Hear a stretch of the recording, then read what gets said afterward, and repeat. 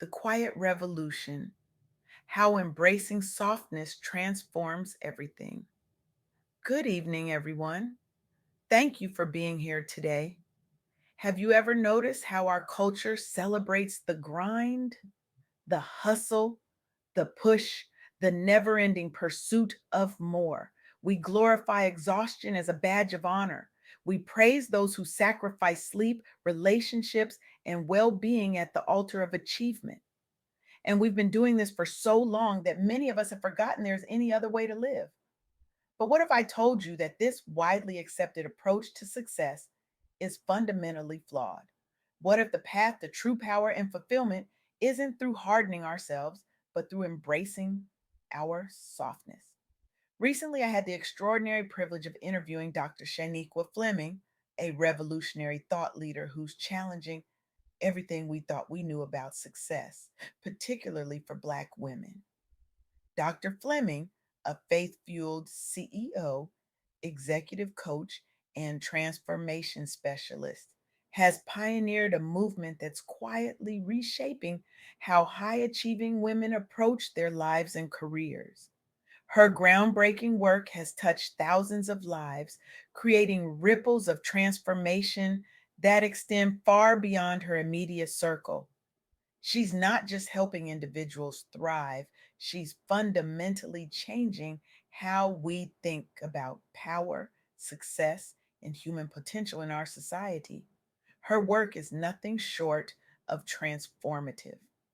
Through her coaching practice and leadership, Dr. Fleming has helped countless women navigate major life transitions without sacrificing their essence, their joy, or their well being. Her approach is radical in its simplicity, softness as strength. Today, I want to share with you the profound insights from our conversation, insights that challenge the very foundation of how we think about power, productivity, and purpose. Let's start with a counterintuitive truth: the harder we push, the less we ultimately achieve. We've been conditioned to believe that success requires constant striving, that we must outwork, outperform, and outlast everyone else.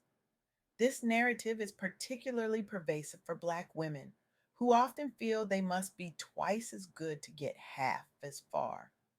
Dr. Fleming calls this the titanium cape syndrome. This belief that we must be invulnerable, impenetrable, and indestructible. We wear our exhaustion like armor, believing it protects us from judgment, from failure, from being seen as not enough. But here's what Dr. Fleming discovered through both research and lived experience: this approach doesn't lead to sustainable success. Instead, it leads to burnout, health problems, fractured relationships, and a profound disconnection from self. The titanium cape, she told me, doesn't actually protect you, it weighs you down. It cuts you off from your intuition, your creativity, your joy, and ironically, it makes you less effective, not more. This insight flies in the face of conventional wisdom. We've been taught that softness is weakness, that vulnerability is a liability, that rest is laziness. But Dr. Fleming's work reveals a profound truth: softness is actually the ultimate power move. Consider this: when we're constantly in fight or flight mode, our bodies produce cortisol and adrenaline, stress hormones that, while useful in short bursts, become toxic when chronically elevated. This state literally shuts down our prefrontal cortex, the part of our brain responsible for creative thinking, complex problem solving, and emotional regulation. In other words, the harder we push, the less access we have to our highest cognitive functions, the very abilities we need to excel in today's complex world. Dr. Fleming shared the story of a client, a high powered executive who prided herself on working 80-hour weeks and being available 24/7. This woman was successful by conventional metrics: impressive title, substantial salary, growing team. But she was also suffering from chronic migraines, insomnia, and deteriorating relationships. Her performance was starting to slip, and she couldn't understand why working harder wasn't fixing the problem. Through their work together, this executive began to incorporate what Dr. Fleming calls strategic softness, intentional practices of rest, boundaries, and self connection. She started taking actual lunch break. She established a firm end to her workday. She prioritized sleep. She reconnected with activities that brought her joy outside of work. The results were remarkable. Not only did her health improve and her relationships deepen, but her professional performance soared. Her team became more engaged. Her creative problem solving abilities expanded. Her leadership presence grew more magnetic. By doing less, she accomplished more. This pattern repeated across Dr. Fleming's practice.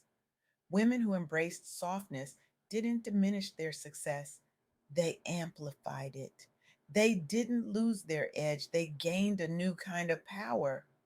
But embracing softness isn't just about professional effectiveness, it's about reclaiming our humanity in a world that often reduces us to our productivity.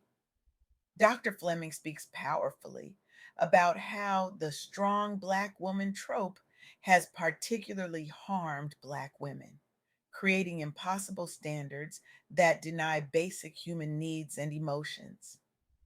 We're expected to be endlessly resilient, she explained, to carry everyone else's burdens without complaint, to push through pain, to sacrifice ourselves for others. This isn't just unhealthy, it's dehumanizing. The soft revolution Dr. Fleming advocates isn't about abandoning ambition or lowering standards. It's about redefining success to include well being, joy, and wholeness. It's about recognizing that we are not machines designed for constant output, but complex human beings who need cycles of effort and recovery. Softness, Dr. Fleming told me, is about permission: permission to be human, permission to have needs, permission to set boundaries, permission to prioritize your well being without guilt. This permission is revolutionary, especially for those who've been socialized to put everyone else first. It challenges deeply ingrained beliefs about worthiness and value. It disrupts systems that profit from our exhaustion and self neglect. Dr. Fleming shared a powerful affirmation she gives her clients: I am worthy of care, especially my own. This simple statement often brings tears to women's eyes, revealing how radical self care truly is in a world that teaches women, particularly Black women, that their value lies in what they can do for others. But how do we actually practice this softness in a world that still rewards the hustle? Dr. Fleming offers several practical approaches. First, we must recognize that boundaries are an act of love, not selfishness. When we set clear limits on our time, energy, and availability, we ensure that what we do give comes from a place of fullness rather than depletion. One client of Dr. Fleming's struggled with saying no to additional projects at work, fearing she would be seen as uncommitted. Dr. Fleming helped her reframe boundary setting as an act of professional integrity. When you say yes to everything, you dilute your impact. When you focus on what truly matters and where you can add the most value, you actually contribute more.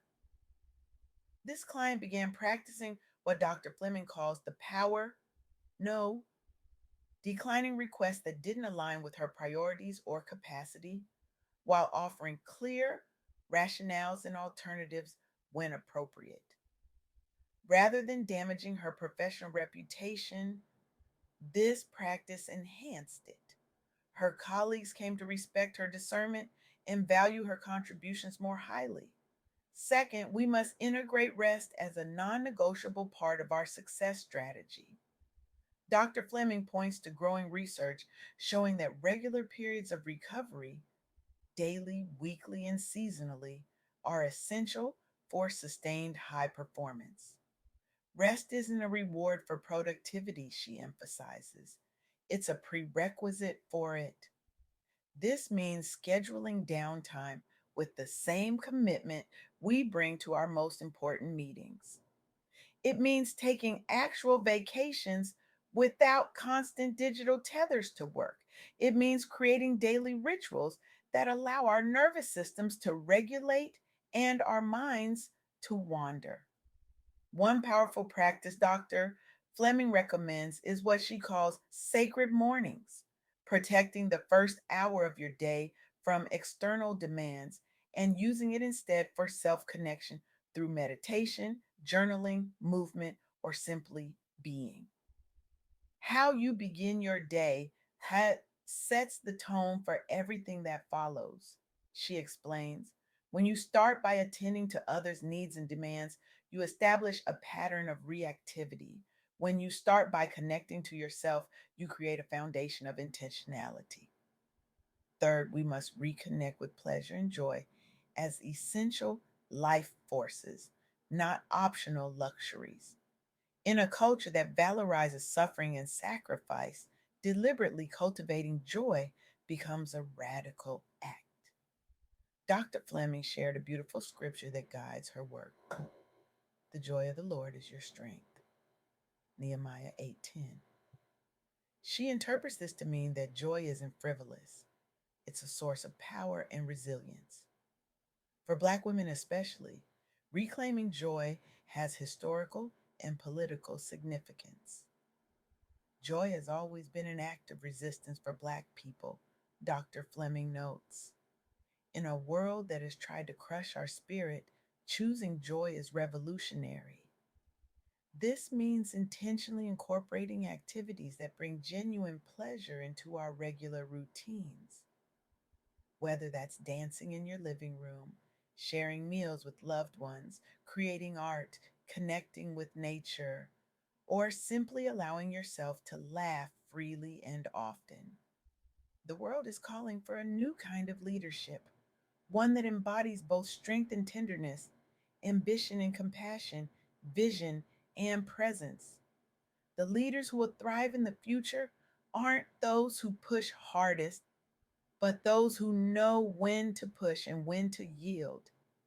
So I invite you today to join this quiet revolution, to question the narratives that have taught you to override your needs and numb your feelings, to experiment with strategic softness in your own life, to discover what becomes possible when you put down the titanium cape and embrace your full, complex, gloriously human self. Because when you do, you don't just transform your own life, you create ripples that extend far beyond you. You model a different way of being for your colleagues, your friends, your children. You help create a world where achievement doesn't come at the cost of well being, where success includes joy, connection, and wholeness. The soft revolution starts with you, with small acts of courage, with moments of chosen vulnerability, with boundaries that honor your humanity, with rest that replenishes your spirit. What would change in your life if you embraced your softness as strength? What would become possible, if you stopped trying to prove your worth through endless doing and allowed yourself simply to be? How might your leadership evolve if you led not just from your head, but from your heart? These aren't just philosophical questions, they're the gateway to a more sustainable, fulfilling, and ultimately more impactful way of living and leading. I challenge you when you leave here today to identify one area where you've been overriding your humanity in pursuit of achievement. Choose one small act of softness, one boundary, one pleasure, one moment of rest, and commit to it this week.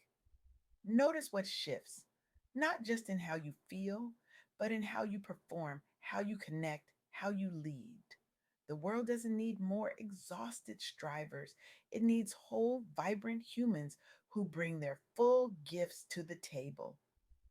It needs you, not just your productivity, but your presence, not just your effort, but your essence.